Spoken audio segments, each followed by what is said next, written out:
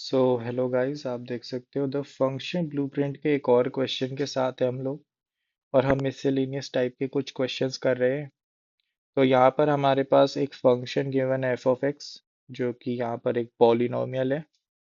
हमें बोला x1 x2 x3 x4 and x5 यहाँ पर इसके रूट्स हैं। ठीक है, या एफ ऑफ एक्स ये इसके रूट्स हैं। ठीक है, एंड हमें क्या बोला है कि g of x x square minus two है। ठीक है, क्लियर है। तो यहाँ पे मैं करेक्शन कर देता हूँ, शायद लिखने में थोड़ी सी गड़बड़ है। यहाँ पर ये रूट्स है। ठीक है, एंड हमारे पास जी ऑफ एक्स गिवन है।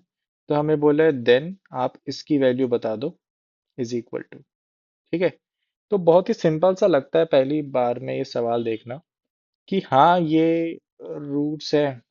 ठीक है, एंड उन्हीं रूट्स को हमने बेसिकली जी में डाला हुआ है।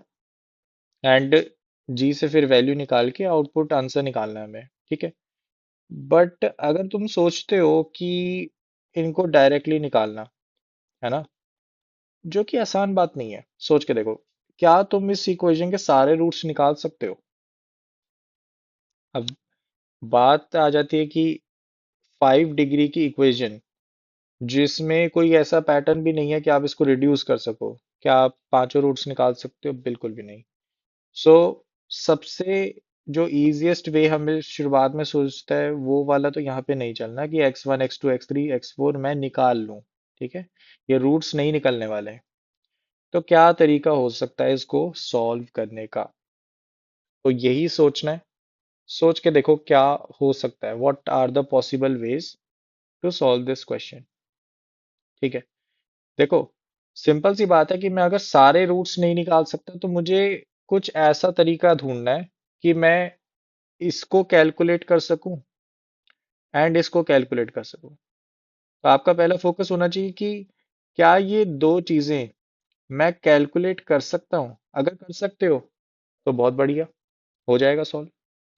तो सबसे आसान जो इन दोनों में से मुझे दिख रहा है वो बहुत ही सिंपल है कि ये देखो, यहाँ पे प्रोडक्ट है सब रूट्स का, है ना। यहाँ पर प्रोडक्ट है रूट्स का। सो मैं कह सकता हूँ कि ये तो भाई प्रोडक्ट ऑफ रूट्स है ना। ये तो प्रोडक्ट ऑफ रूट्स है। और प्रोडक्ट ऑफ रूट्स को हम बहुत आसानी से निकाल सकते हैं। कैसे निकाल सकते हैं? हमें पता है ये एक पॉलिनोमियल है, तो यहाँ पे इसका जो कांस्टेंट वाला होता है ना, और जो लीडिंग कोफिशिएंट होता है, उनके डिवीजन में हमें प्रोडक्ट ऑफ रूट्स मिल जाता है। सही बात है कि नहीं? ठीक है, क्लियर है। और इसमें आपको बस प्लस माइनस साइन का भी थोड़ा देखना होगा कि क्या साइन है। हालांकि अगर आप यहाँ पर नोटिस करो तो एक्स यहाँ पे पॉजिटिव है कि नेगेटिव है वो सेम ही आंसर देगा, तो साइन का यहाँ पर कोई दिक्कत नहीं होने वाला। सो हम बेसिकली बस इतना कह सकते हैं कि अगर मैं जो इसका प्रोडक्ट जो रूट्स का है ना, इसको देखूँ तो सिंपल आ जाता है कि 1/1 वो प्लस माइनस हो सकता है। मुझे थोड़ा सा देखना होगा कि जैसे एक पैटर्न होता है ना यहाँ पर, कि अगर मेरे पास एक्स की पावर 5 है हाईएस्ट, तो लेट्स से मेरे पास ये a टाइम्स एक्स की पावर 4 था। तो आंसर होगा माइनस ए, जो कि सम ऑफ रूट्स है। एक्स की पावर 4 के साथ सम ऑफ रूट्स होता है, उसके साथ माइनस लगेगा, तो प्लस माइनस साइन ऑल्टरनेट में चलते हैं। तो उस हिसाब से मुझे देखना होगा यहाँ पे कौन सा साइन पहुंचता है। अगर 5 पर मेरे पास पॉजिटिव है, 4 पे नेगेटिव होगा, 3 पे फिर पॉजिटिव, 2 पर नेगेटिव, एक्स पे पॉजिटिव, तो 1 पे आके नेगेटिव होना है, तो बेसिकली यहाँ नेगेटिव साइन आएगा। सो बेसिकली ये हमारे पास क्या निकल के आ गया? प्रोडक्ट ऑफ रूट्स, जो कि क्या है -1। सो अगर मैं इसको जी में डालता हूँ, सो जी ऑफ -1 विल बी -1 का स्क्वायर -2, जो कि मेरे पास -1 वैल्यू दे देता है। तो मैंने बेसिकली ये जो सेकंड पार्ट है वो कैलकुलेट कर लिया बहुत आसानी से, है ना। ठीक है, ये तो आसान था। अब हमें ये सोचना है कि क्या हम इसको निकाल सकते हैं। ठीक है, क्या हम इसको निकाल सकते हैं? तो तुम्हारे दिमाग में एक चीज आ रही होगी कि मैंने प्रोडक्ट ऑफ रूट्स निकाल लिया, है ना। तो ये भी तो एक तरीके का प्रोडक्ट ऑफ रूट्स ही है। आप ये कह सकते हो कि ये और ये और ये एक्चुअली किसी पॉलिनोमियल के रूट्स हैं जिनका प्रोडक्ट हो रखा है ना? समझ आया क्या कहना चाहता हूँ? कि ये एक्चुअली रूट्स हैं किसी पॉलिनोमियल के। समझे कि नहीं? समझे कि नहीं? ठीक है। तो आइडिया क्या है कि मैं कोशिश करूंगा कि मैं डाल सकूं कि मैं इनको प्रोडक्ट्स को मैं एक ऐसी इक्वेशन बनाऊं जिसके प्रोडक्ट ऑफ रूट्स ये हो। ठीक है, मतलब बेसिकली मैं बोलूं g of x is a root of that equation. कैसे होगा? बताओ। ये सोचने के लिए आपको थोड़ा सा यहाँ पर दिमाग लगाना होगा, इन द सेंस कि अगर मैं g ऑफ x को यहाँ पे डाल दूं तो क्या होगा? f ऑफ x के अंदर क्या होगा? तो यहाँ पर बेसिक आइडिया क्या है कि मैं यहाँ पर x को आइसोलेट करूंगा। ठीक है। एंड मैं ट्राई करूंगा कि मैं इसको इसमें डाल दूं। ठीक है। समझे कि नहीं? मैं यहाँ पर x को आइसोलेट करूंगा एंड मैं उसको ऊपर वाली इक्वेशन में डाल दूंगा। तो मेरे पास है x of x square g of x plus to. ठीक है। सो x मैं सोच रहा हूँ कि अगर ये आ जाए कुछ ऐसा g of x plus to, तो अगर मैं इसको डालता हूँ ऊपर वाली इक्वेशन में तो मेरे पास क्या बन जाता है? मेरे पास बन जाएगा कि g of x plus two का स्क्वायर।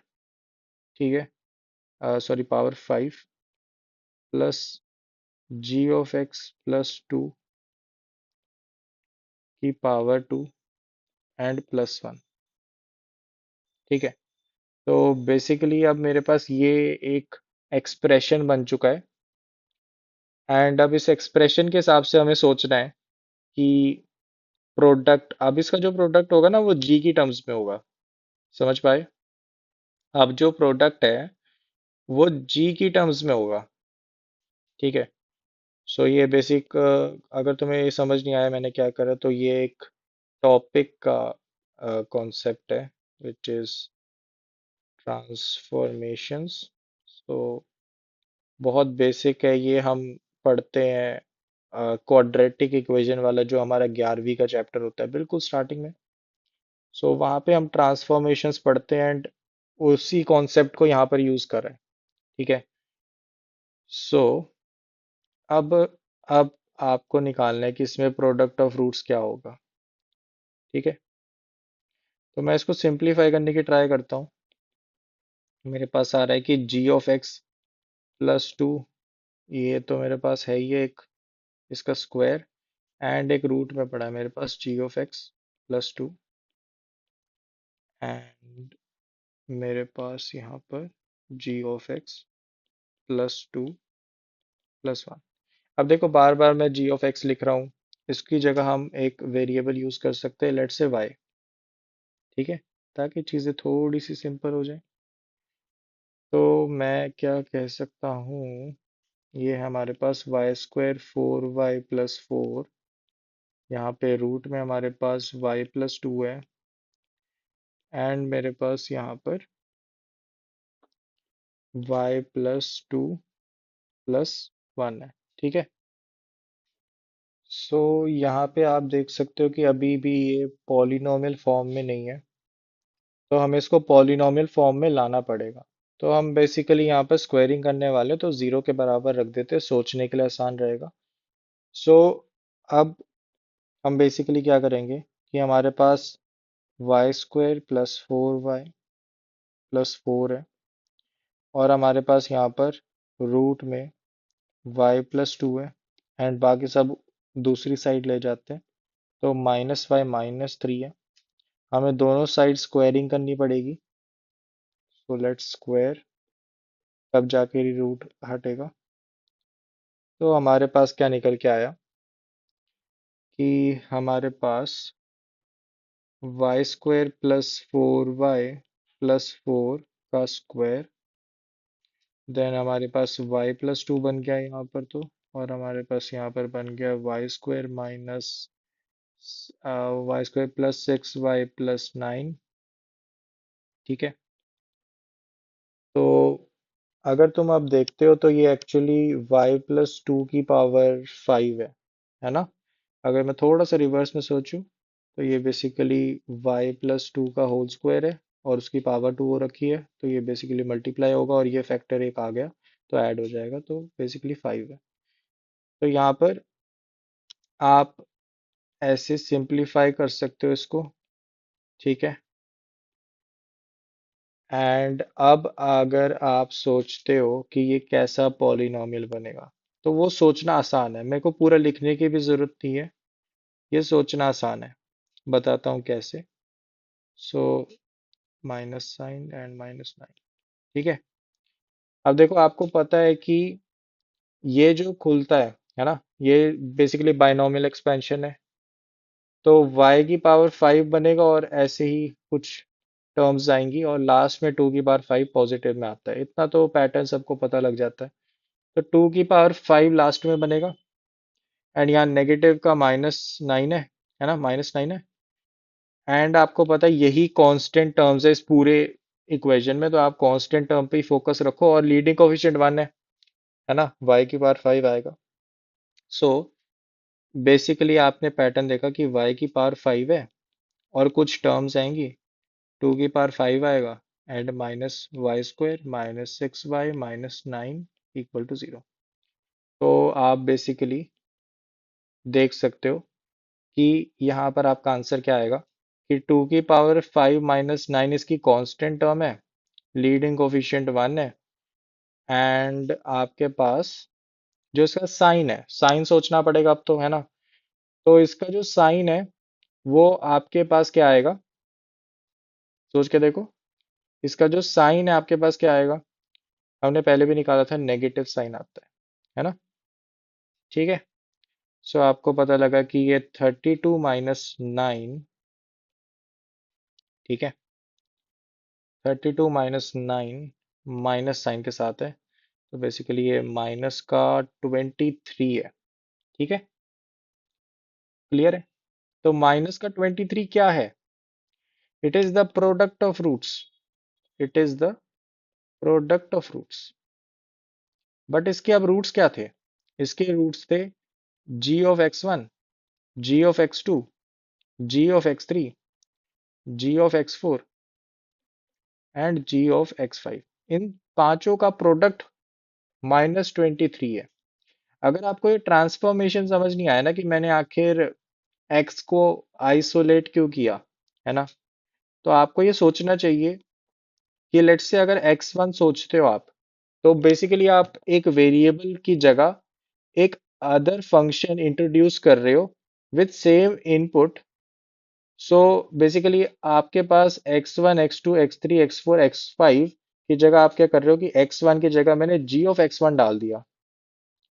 तो बेसिकली आप क्या कर रहे हो, x1 की जगह आपने g(x1) डाल दिया, सिमिलरली x2 की जगह आपने g(x2) डाल दिया, x3 की जगह g(x3) डाल दिया। तो इस तरीके से अगर आप सोचते हो, आपको पता लगेगा कि हाँ, यही एक तरीका है कि आपने g इंट्रोड्यूस कर दिया, है ना। ठीक है। सो अगर हम अब आंसर देखें कि हमने दोनों वैल्यूज निकाल ली हैं, पहले की तो यहाँ पर -1 आया था, और इसकी वैल्यू हमारे पास -23 आई है। सो अगर हम कैलकुलेट करें तो हमारे पास सिंपल आता है कि इसकी वैल्यू हमारे पास -23 है, माइनस का 30 है यहाँ पर, और यहाँ पे -1 वैल्यू है इस पूरे की। सो अगर आप यहाँ पे साइन को सही करोगे तो ओवरऑल आंसर हमारे पास क्या निकल के आता है, 7। सो 7 is the correct answer of this question. बहुत ही अच्छा क्वेश्चन है, ट्रांसफॉर्मेशंस पे बेस्ड था, एंड स्पेसिफिकली फंक्शंस का नहीं कह सकते, बट ओवरऑल थोड़ा सा एक आइडिया देने को कि हम ट्रांसफॉर्मेशंस कैसे करते हैं, इसलिए मैंने इसको मिसलेनियस में रखा है। आई होप सो क्लैरिटी मिल गई होगी इस क्वेश्चन में। मिलते हैं अगले क्वेश्चन के साथ।